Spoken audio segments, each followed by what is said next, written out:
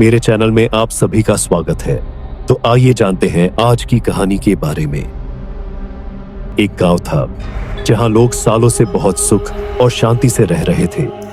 गांव की हरियाली, फसल के खेत और पक्षियों की चहचहाहट ने इसे एक अद्भुत जगह बना दिया था। गांव के बीचों बीच एक पुराना इमली का पेड़ था जिसे गांव के बड़े बुजुर्ग एक आशीर्वाद मानते थे। पेड़ इतना पुराना था कि किसी को याद नहीं था कि यह कब लगाया गया था, लेकिन समय के साथ कुछ गांव वालों को यह पेड़ बेकार लगने लगा। उन्होंने सोचा कि इसे काटकर जमीन का उपयोग किया जाए। गांव के प्रभावशाली लोग और युवा मिलकर इमली का पेड़ काटने का फैसला कर बैठे। बड़े बुजुर्गों ने मना किया, लेकिन किसी ने उनकी बात नहीं सुनी। आशंका की शुरुआत पेड़ काटने के बाद गांव में अजीब अजीब घटनाएं होने लगीं। शुरुआत में कुछ छोटी मोटी चीजें हुई। रात में लोगों को ऐसा महसूस होता कि उनके आसपास कोई छाया चल रही है।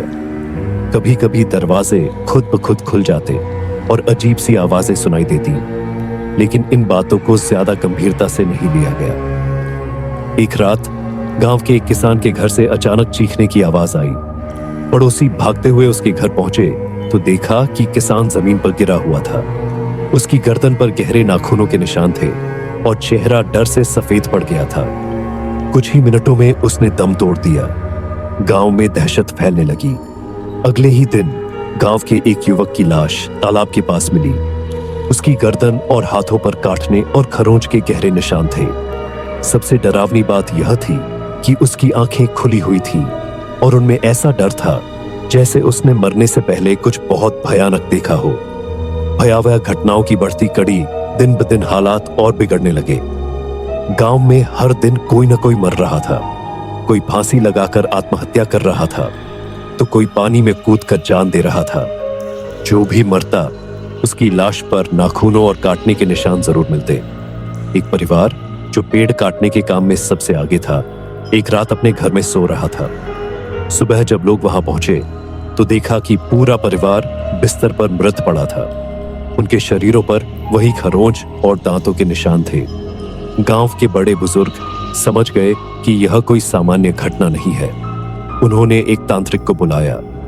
तांत्रिक ने गांव का मुआयना किया और कहा, तुम लोगों ने बहुत बड़ी गलती की है।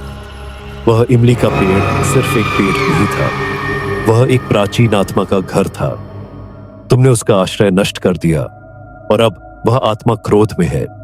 वह तब तक चैन नहीं लेगी जब तक तुम्हारा विनाश नहीं कर देती। अंतहीन भय तांत्रिक की बात सुनकर गांव वालों के रोंगटे खड़े हो गए। लेकिन इससे पहले कि तांत्रिक कुछ उपाय कर पाता, वह खुद एक रात मृत पाया गया। उसके शरीर पर भी वही निशान थे। गांव के लोग अब पूरी तरह से टूट चुके थे।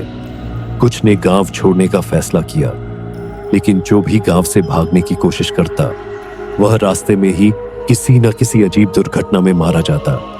धीरे धीरे गांव पूरी तरह से खाली हो गया। आज भी उस गांव के आसपास कोई जाने की हिम्मत नहीं करता।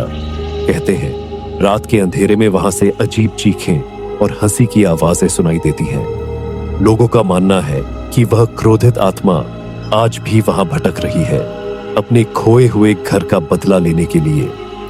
आज के लिए इतना ही। एक और नई घटना की प्रतीक्षा में। धन्यवाद।